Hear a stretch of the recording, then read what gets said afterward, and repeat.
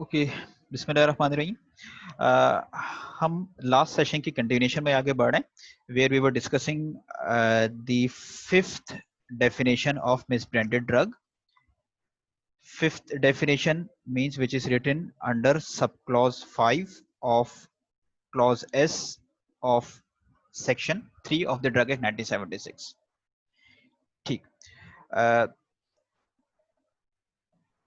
इस डेफिनेशन में जो मैं अभी हाईलाइट कर रहा हूँ, इसमें हम ये बात कर रहे थे कि लेबलिंग के बजाय अब आप इस प्रोडक्ट को, जो प्रोडक्ट इटसेल्फ है, फॉर एग्जांपल टैबलेट है, टैबलेट की आपने कोटिंग की या टैबलेट को जब आपने कंप्रेस किया तो कंप्रेशन के दौरान में इसमें कुछ ब्लैक पार्टिकल्स आ गए किसी भी वजह से।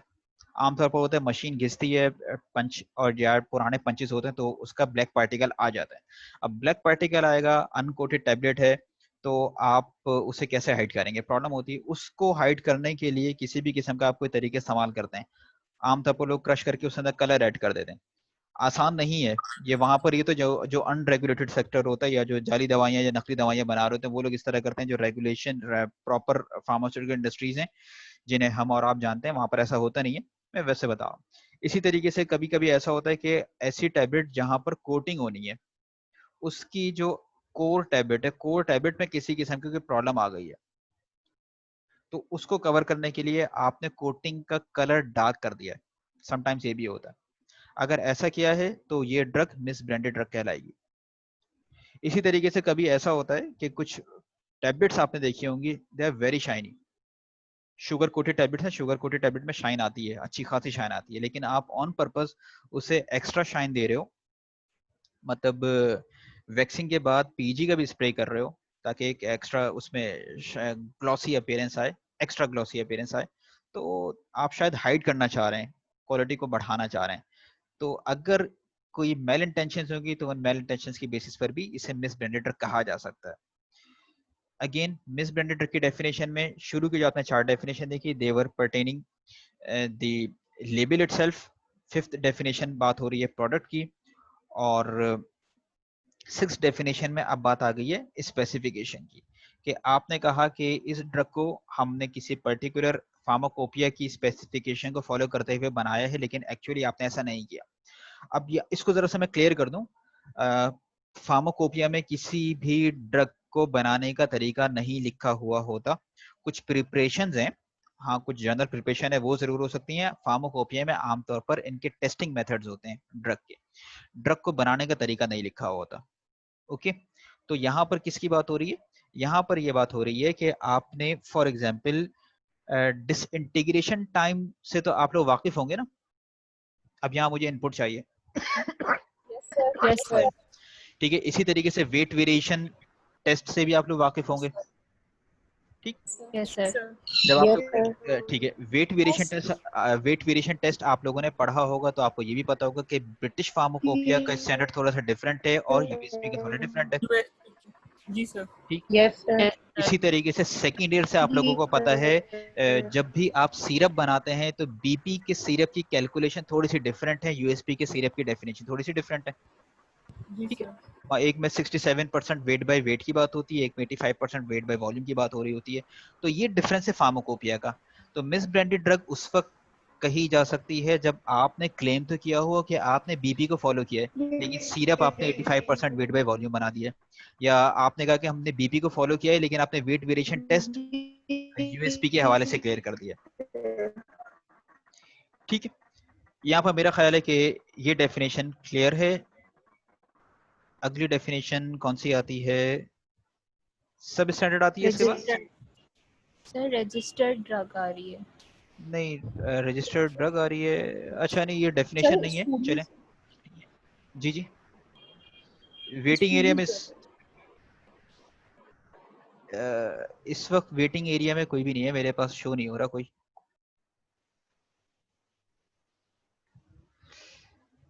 अच्छा, रजिस्टर्ड ड्रग की अगर हम बात करें तो ये ड्रग नहीं है, बस सिंपली ये कोई भी ड्रग जिसे रजिस्ट्रेशन बोर्ड ने रजिस्टर कर दिया है उसे आप रजिस्टर्ड ड्रग कहेंगे।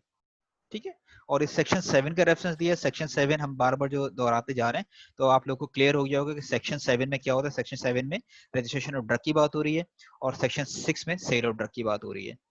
हम इसके बाद थोड़ा और आगे आते हैं तो बात आती है स्पूरियस ड्रग। अब ये ड्रग आ रही है स्पूरियस ड्रग। स्पूरियस ड्रग को उर्दू में आप बोलेंगे जाली दवा। ठीक है, ये नकली नहीं है, ये जाली है। अब इसे जरा समझने की कोशिश करते हैं। हमने जाली दवा कह दिया तो ठीक है, अब हमारे जहनों में जो एक्सप्लेनेशन आती है तकरीबन वही एक्सप्लेनेशन यहाँ पर फिट होती है। उसी एक्सप्लेनेशन को इन्होंने थोड़ा सा फैला दिया है, अलग अलग एस्पेक्ट से लेकर गए। जैसे पहली डेफिनेशन में अगर हम बात करेंगे, विच परपोर्ट्स का मतलब ये है कि जो जाहिर करती है बज़ाहिर ऐसी ड्रग है, ड्रग में एक सब्सटेंस मौजूद है जो क्लेम कर रहे हैं, लेकिन एक्चुअली उसके अंदर वो सब्सटेंस मौजूद नहीं है। फॉर एग्जाम्पल, ये बिल्कुल जो जाली दवाई होते हैं, जो बेजमीर लोग, संगदिल लोग जो बना रहे होते हैं, वो लोग ये करते हैं। क्या करते हैं, ड्रग का नाम लिखा हुआ है, कोई भी नाम लिखा हुआ है, मैं पैरासीटामोल के अलावा कोई एग्जाम्पल कोशिश करता हूँ ना दिया करूँ, क्योंकि फिर दिल दुखता है। पैरासीटामोल की टैबलेट ऊपर लिखी हुई है और अंदर सिंपल प्लेसिबो स्टार्च और लैक्टोज से ग्रेन्यूल्स कंप्रेस कर दिए, तो इसको आप स्पूरियस ड्रग बोलेंगे। किन बेसिस पे आपसे बोलेंगे, which purports to be a drug, लिखा हुआ पैरासीटामोल है, क्लेम भी यही कर रहे हो, बना के बेच भी ये रहे हैं वो लोग, but doesn't contain the active ingredient of that drug. ठीक है, ये हो गई जाली। दूसरा ये हो सकता है कि आपने उसके अंदर पैरासीटामोल डाला हुआ है, लेकिन आपने उसके ऊपर लेबल या क्लेम आप किसी एंटीबायोटिक का कर रहे हो। सेकेंड में फिर हम बात करते हैं, ये बात हो रही थी ड्रग की, पहली डेफिनेशन में ड्रग की बात हो रही थी। सेकंड डेफिनेशन में बात हो रही है मैन्युफैक्चरर की। यहाँ पर शायद पैरासीटामोल ही है, शायद पैरासीटामोल है, लेकिन पैरासीटामोल बनाई है घर में, ठीक है, या किसी ऐसे ही किसी साइड एरिया में बना दी है अनरजिस्टर्ड ड्रग, और उसके ऊपर लेबल लगा दिया है पैनाडोल का, और क्लेम ये करके बेच रहे हैं जाली लेबल बना के कि ये जीएसके की प्रोडक्ट है। ऐसा कोई केस होगा, है वो पैरासीटामोल, कहीं से किसी भी लेबोरेटरी से चेक कर ले पैरासीटामोल ही निकलेगी, लेकिन एक्चुअली जीएसके ने नहीं बनाई है। जब जीएसके ने नहीं बनाई है तो, और क्लेम आप कर रहे हो कि वो जीएसके ने बनाई है, तो ये भी जाली दवा कहलाएगी। थर्ड में अब ये इंपोर्ट और एक्सपोर्ट की बात हो गई, इसे कोई एक्सप्लेन करेगा? सिंपल डेफिनेशन है, सिंपल है, इसमें कोई कंफ्यूजन नहीं है। सर मतलब किसी पर्टिकुलर ड्रग के नाम से उसको इंपोर्ट किया जा रहा है, एक्सपोर्ट किया जा रहा है या सेल आउट किया जा रहा है, लेकिन वो ड्रग है ही नहीं, कोई और ड्रग ठीक, है। देखिए एक्टिव इंग्रेडिएंट की बात हो रही है या ब्रांड की या नाम की बात हो रही है? सर ये यहाँ पे तो सिर्फ ड्रग लिखा हुआ है। नहीं नहीं नहीं नहीं, नहीं, नहीं पर्टिकुलर इसी नेम की डिटेल बात पढ़ें। हो रही है। हाँ हाँ, डिटेल पढ़ें, डिटेल, क्योंकि जो एक्टिव इंग्रेडिएंट की पर्टिकुलर बात है ना, वो फर्स्ट डेफिनेशन में कवर हो चुका है। यस ठीक सर, है, तो यहाँ पे पर्टिकुलर ब्रांड की बात होगी फिर। ठीक है, सही है, बिल्कुल बिल्कुल। अब यहाँ पर ये पर्टिकुलर नेम की, ब्रांड नेम की बात हो रही है। मतलब आप, अब क्या है कि आपने, अब यहाँ मैन्युफैक्चरिंग की बात नहीं हो रही, यहाँ पर हो रही है अभी इम्पोर्ट और एक्सपोर्ट की बात कर रहे हैं, कि आपने पाकिस्तान के बाहर से कोई ऐसी ड्रग मंगवाई है, नाम भी आप वही दे रहे हैं, मतलब नाम आपने रख दिया कोई एबीसी ड्रग लिख दिया, लेकिन वो एक्चुअली एबीसी ड्रग नहीं है, और इंपोर्ट भी आपने किसी ऐसी वेग सी जगह से किया है, एबीसी ड्रग नहीं है, वो XYZ ड्रग है, तो उसको भी आप स्पूरियस ड्रग कहलाएंगे। ठीक है, यहाँ पर अभी मैन्युफैक्चरिंग वगैरह की बात हुई है, तो चूंकि ये एक्ट मैन्युफैक्चरिंग, सेल, स्टोर के साथ साथ इंपोर्ट और एक्सपोर्ट को भी कवर करते हैं, तो स्पूरियस ड्रग में इसे भी कवर किया। अच्छा, अगेन नंबर 4, अब इसको इस तरीके से देख लें, नंबर 4 और नंबर 2 को आप डिफ्रेंशिएट कैसे करेंगे? इसमें मैन्युफैक्चरर के नाम की बात आ रही है, इसमें भी कोई इंडिविजुअल कंपनी की बात आ रही है। नंबर 2 में भी यही बात आ रही थी, मैन्युफैक्चरर, प्लेस और कंट्री। नंबर 2 में ये हो रहा है कि आपने लिख दिया कि इटली से मैंने मंगवाई, ये प्रोडक्ट इटली से नहीं बनी थी, वो किसी यहीं पर ही किसी एरिया में बनाई हुई थी। नंबर 2 और नंबर 4 को कैसे डिफ्रेंशिएट करेंगे, इसमें जरा सा आप थोड़ी मेहनत कीजिए। सर फर्क ये है कि नंबर 2 में तो कोई ऐसी मैन्युफैक्चरर या ऐसी कंपनी का नाम दिया जा रहा है जो एग्जिस्ट करती है, लेकिन है, नंबर 4 में ठीक है, तो किसी फिक्शियस या नॉन एग्जिस्टेंट कंपनी का अगर नाम दिया जाए तो वो ठीक है। नंबर 4 आएगा। की बात हो रही है। ठीक है, अगर मैं ये कहूँ कि आपके पास एक ड्रग आती है जिसके पैरासीटामोल मतलब सब कुछ सही है, टेस्टिंग भी आपने करके देखी, लेबल भी सब कुछ सही लिखा हुआ है, तमाम 11 पर्टिकुलर्स मौजूद हैं, मैन्युफैक्चरर का नाम लिखा हुआ है सुजुकी या टोयोटा, इस पूरे से कहलाएगी? क्योंकि टोयोटा या सुजुकी वाले ड्रग्स नहीं बनाते, कम से कम आज की तारीख तक तो नहीं बनाते, अगर बनाते तो मुझे तो नहीं पता। तो ऐसी कंपनी का नाम होगा जो एग्जिस्ट ही नहीं करती, कि मतलब फार्मास्यूटिकल बिजनेस में नहीं है ना वो, या फिक्टिशियन कोई भी आपने नाम रख दिया। तो नंबर 2 और नंबर 3 में you have rightly pointed out, फर्क यही है। नंबर 2 में आप उस कंपनी को या उस मैन्युफैक्चरर या उस प्लेस या कंट्री को रेफर कर रहे हो, कॉपी करने की कोशिश कर रहे हो जो एग्जिस्ट करती है, यहाँ पर नॉन एग्जिस्टेंट की बात हो रही है। तो ये 4 डेफिनेशन है इस पूरे ड्रग की, इनको जरा आप देखिएगा, कई अंडरस्टैंडिंग एक्सप्लेनेशन वो ही है जो आपके जहन में नैरेटिव है, जाली के हवाले से जो भी आपके जहन में अंडरस्टैंडिंग आती है वो ही है, यहाँ सिर्फ डिफरेंशिएट कर दिया है। पहले एक्टिव इंग्रेडिएंट के हवाले से बात कर दी है, दूसरे मैन्युफैक्चरर के हवाले से बात की है, तीसरे में बात की है इंपोर्टर एक्सपोर्ट की, और चौथे में नॉन एग्जिस्टेंट की बात की है। अच्छा, अब आप में से कोई ये थोड़ी हेल्प कर सकता है? कोशिश करते हैं जरा, वरना अगर फेस टू फेस क्लास होती ना जरा मेरे लिए आसान होता, लेकिन बहरहाल मैं भी कोशिश करता हूँ। आप ये देखें कि ये डेफिनेशन, रेफरेंस क्या है, रेफरेंस पढ़ेंगे इसका, क्या रेफरेंस है इसका?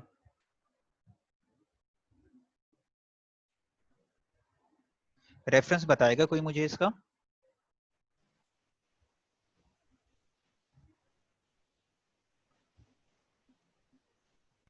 सर ये सब क्लॉज 1 सब क्लॉज और 1? सबसेट ZB और नहीं नहीं नहीं नहीं नहीं, सब सेक्शन। नहीं नहीं नहीं, क्लॉज, अच्छा ठीक है, ठीक है, सब क्लॉज ठीक है, 1 का क्लॉज ZB ठीक है, और सेक्शन, सेक्शन कहाँ गया? बहुत ऊपर होगा, सब सेक्शन कोई नहीं है, सेक्शन है, डेफिनेशन की हम बात कर रहे हैं, सेक्शन है उसका 3। सर सही है। ठीक है, ठीक है। अच्छा, मैं ये जानना चाह रहा हूँ कि इस डेफिनेशन और एडल्ट्रेटेड ड्रग की एक डेफिनेशन को आप डिफरेंशिएट कैसे करेंगे? क्योंकि अभी आपने इसको देख लिया, which purports to be a drug but doesn't contain the active ingredient of that drug। इसी को ध्यान में रखते हुए अब मैं आ रहा हूँ एडल्ट्रेटेड ड्रग की डेफिनेशन पे, और एडल्ट्रेटेड ड्रग की डेफिनेशन में ये वाली definition, sub clause 4 of clause A of section 3, इस पूरे ड्रग की पहली डेफिनेशन और एडल्ट्रेटेड ड्रग की चौथी डेफिनेशन को आप कैसे डिफरेंशिएट करेंगे?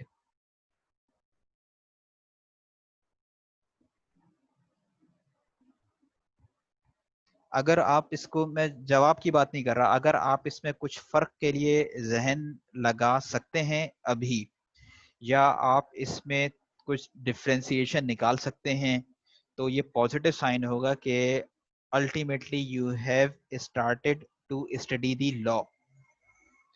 लॉ में जैसे से आगे बढ़ते जाएंगे इसी तरीके की ऑलमोस्ट सिमिलर चीजें आती रहेंगी या समटाइम्स कॉन्ट्राडिक्टरी चीजें आती रहेंगी, उन्हें लिंक अप करना है हमें।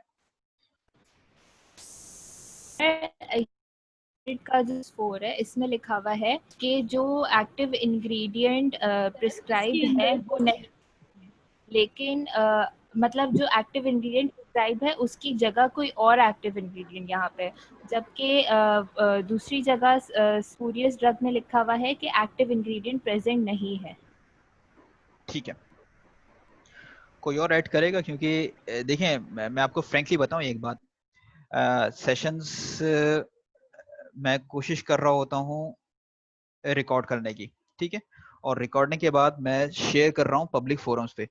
अभी शायद महसूस नहीं होगा, जब बाद में कभी लगता है कि कुछ ही 2 से 3 आवाजें ही बार बार आ रही हैं, बाकी आवाजें नहीं आ रही हैं, तो खुद अपना आप अजीब सा फील होगा, तो डू पार्टिसिपेट, आसानी रहती है। बहरहाल ये मैंने क्वेश्चन पूछा था इन दोनों को डिफरेंशिएट करने का, कोई और इसमें ऐड करेगा?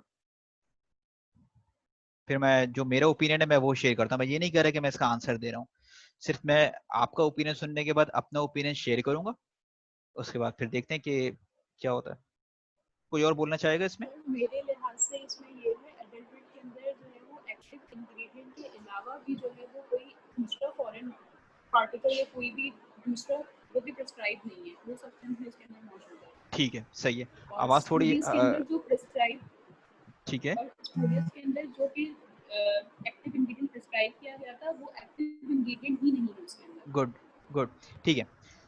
अब हम समराइज करते हैं इसको। अब अगर आप गौर करें अगेन क्रिटिकली, वही जो चीज पहले कही है कि आपको law sentence by sentence, line by line नहीं, वर्ड बाय वर्ड पढ़ना है।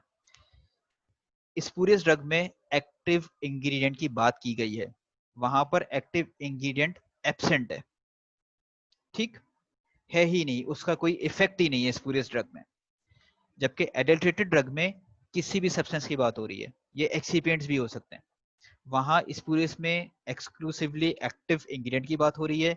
यहाँ पर एक्टिव इंग्रेडिएंट के अलावा चीजों की बात हो रही है कि आपको लेबल पर आपने कहा था कि आप मैग्नीशियम स्टीरेट इस्तेमाल करेंगे, लेकिन आपने मैग्नीशियम स्टीरेट के बजाय इसमें टाल्क इस्तेमाल कर लिया, ये एडल्ट्रेटेड ड्रग कहलाएगी, एक्टिव की यहाँ बात नहीं हो रही है। सिमिलरली आप कोटिंग सोल्यूशन में इथेनॉल इस्तेमाल करना था, लेकिन आपने मिथेनॉल इस्तेमाल कर लिया, अगेन ये एडल्ट्रेटेड ड्रग चली जाएगी।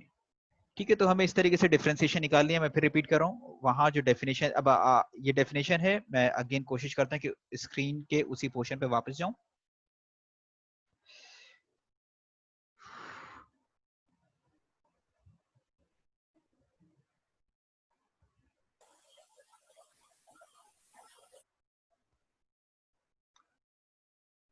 doesn't contain the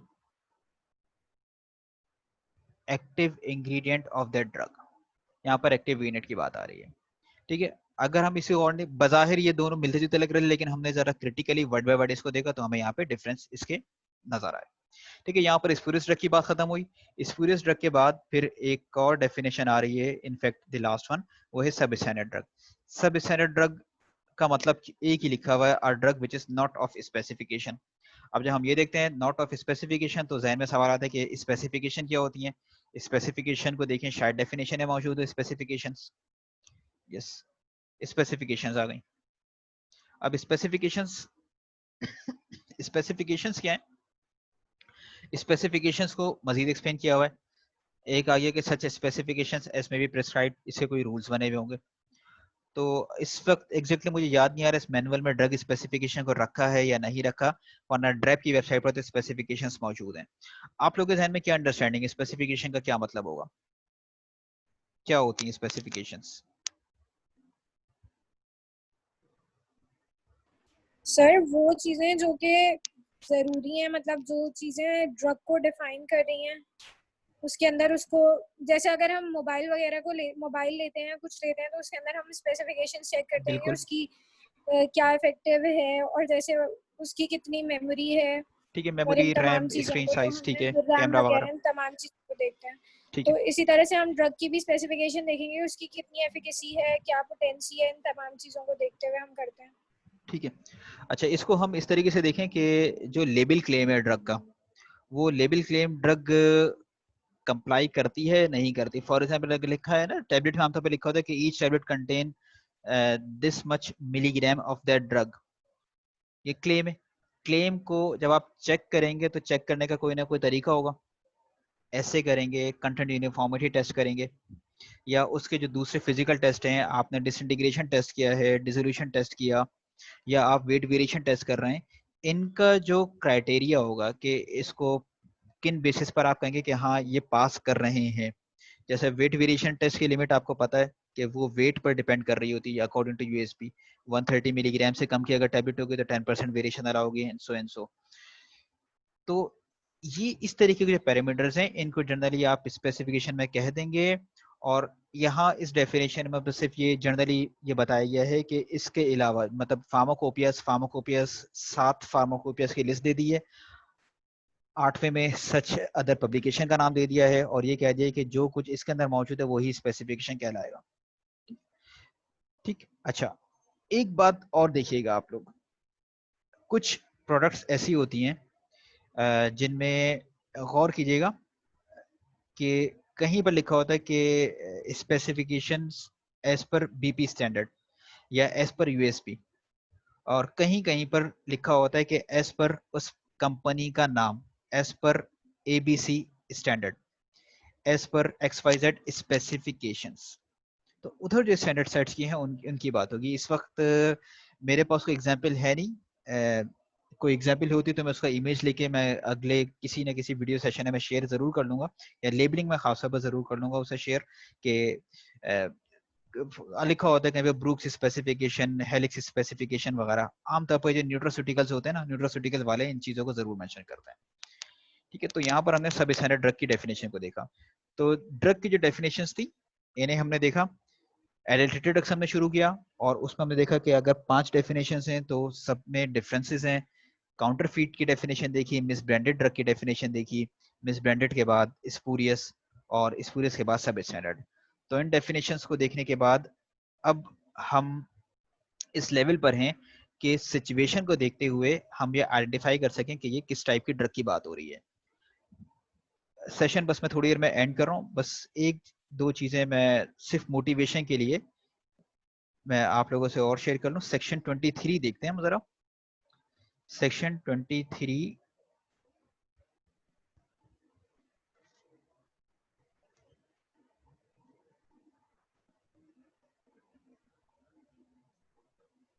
okay, section 23 इसमें यहाँ पे मिटा हुआ है, वरना चैप्टर इसका प्रोहिबिशंस का। सेक्शन 23 में लिखा हुआ है कि नो पर्सन शैल हिमसेल्फ और by any other person on his behalf A clause A export import और मैन्युफैक्चर फॉर सेल और सेल। अब यहाँ पे सब क्लॉजेस में ड्रग शुरू हो रही हैं। स्पूरियस, काउंटरफीट, मिसब्रांडेड, एडल्टरेटेड, सब स्टैंडर्ड, ये तमाम ड्रग्स, पांचों ड्रग्स की डेफिनेशन आप लोग पढ़ चुके हैं। अब आपको पता है कि स्पूरियस क्या होती है, काउंटरफीट क्या होती है। And all these types of drugs are prohibited to export, to import or to manufacture for sale। ठीक है, यहां पर है। इसी तरीके से थोड़ा सा हम और आगे आते हैं।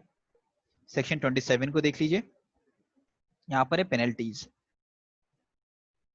पेनल्टीज में लिखा हुआ है, penalties whoever himself exports, import, manufacture for sale or sell any spurious drug or drug which is not registered या विदाउट अ लाइसेंस।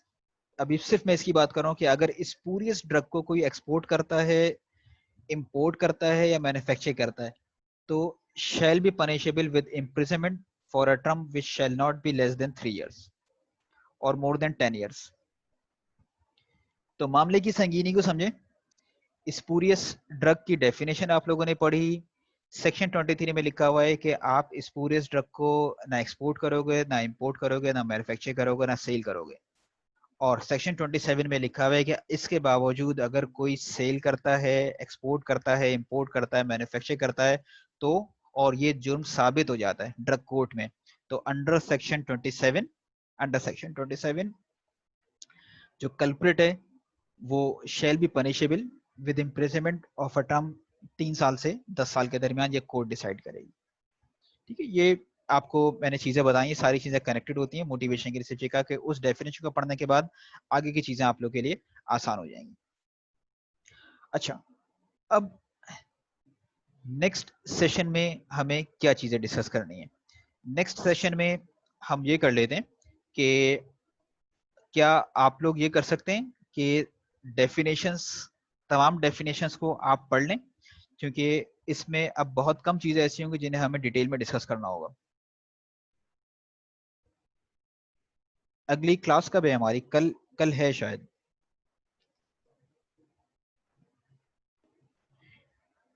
ठीक है, अच्छा, अब मैं आप लोगों से डायरेक्टली पूछने से मुझे इनपुट दीजिएगा।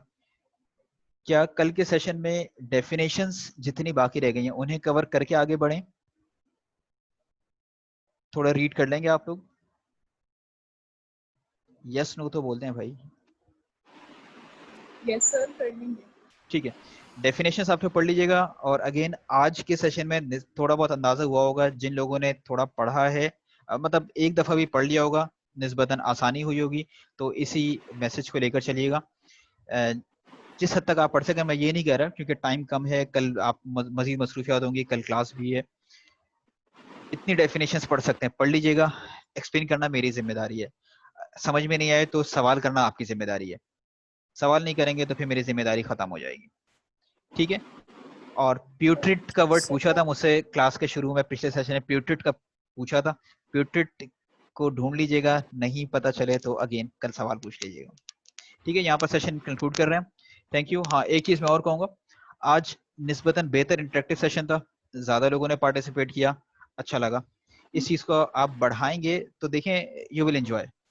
जिस चीज को एंजॉय करते, पढ़ने को एंजॉय करें ना, तो फिर इसमें बहुत फायदा होगा। वरना बोझ तो बहुत सारे लोग 83 की क्लास में से 24-25 लोग हैं, बाकी लोग होगा, सबका अपना अपना कोई ना कोई एक्सक्यूज होगा, कोई मसला नहीं। बहरहाल थैंक यू, इसे हम यहाँ पे कंक्लूड कर रहे हैं। ओके, अल्लाह हाफिज। अल्लाह हाफिज।